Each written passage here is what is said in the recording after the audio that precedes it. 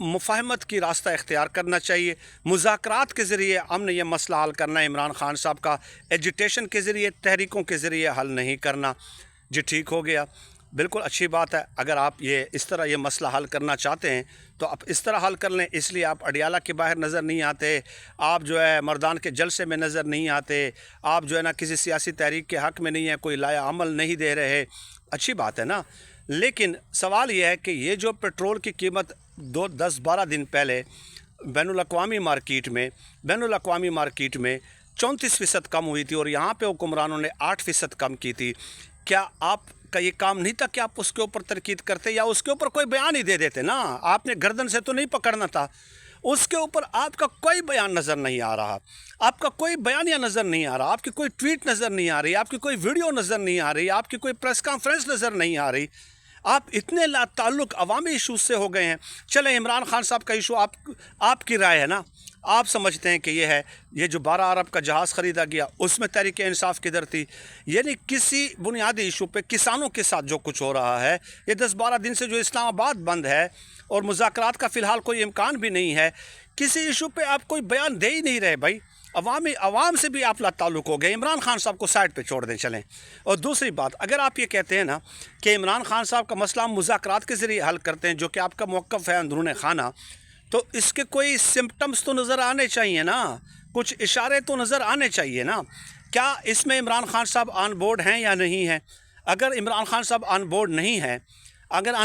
ہیں، تو پھر آپ کون ہوتے ہیں یہ بات کرنے والے؟ اور اگر وہ آن بورڈ ہیں تو اس کا کوئی سمپٹم ایسا نظر آنا چاہیے کہ عمران خان صاحب کی ملاقاتیں بہنوں کے ساتھ بحال ہو جاتی، کیونکہ وہ تو آلریڈی آپ جو کوشش کر رہے ہیں، اگر وہ آن بورڈ ہوں گے تو عمران خان صاحب کوئی الٹی سیدھی بات کریں گے ہی نہیں، کیونکہ ان کو تو پتہ ہوگا کہ میں نے محمود خانہ چکزئی کو کہا ہے کہ آپ مذاکرات کے ذریعے یہ مسئلہ حل کریں، تو وہ تو ملاقاتیں پھر بحال ہو جانی چاہیے تھی یا کوئی نرمی ہو جانی چاہیے تھی،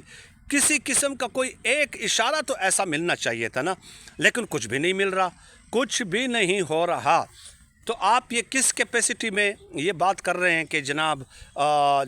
مذاکرات کے ذریعے یہ مسئلہ حل ہو جانا چاہیے؟ یا اگر آپ اس وجہ سے خاموش ہیں جو کہ ذرائع بتا رہے ہیں کہ چونکہ ایران امریکہ مذاکرات ہو رہے ہیں اور میں اچھا بچہ بن کر ایک میچور سیاستدان ہونے کا ثبوت دوں اور بعد میں پھر حکومت سے کہوں کہ جناب دیکھیے میں نے ان دنوں میں آپ کے لیے کوئی مسئلے کھڑے نہیں کیے نا، کوئی بیان نہیں دیا، ایون کہ آپ نے عوام کی چمڑی ادھیڑ دی پیٹرولیم قیمتوں کی آڑ میں، لوڈ شیڈنگ کی آڑ میں، لیکن میں خاموش رہا، تو پھر آپ کو یہ لگتا ہے کہ جب یہ مسئلہ گزر جائے گا، یہ معاملہ مذاکرات کا سیٹلڈ ہو جائے گا ایران امریکہ کا، تو پھر حکومت آپ کو کہے گی شاباش اب آپ کہیں آپ نے کیا مطالبہ منوانا ہے۔ تو ایسا اگر آپ سوچ رہے ہیں تو میرے خیال میں آپ کو میچور سیاستدان کہنا بھی درست نہیں ہوگا۔ یہ کوئی معمولی آئی کیو والے سے بھی پوچھ لیں کہ جب یہ ایران امریکہ کا مذاکرات کا مسئلہ سیٹلڈ ہو جائے گا، جو بھی ہو جائے گا، ہو یا نہ ہو،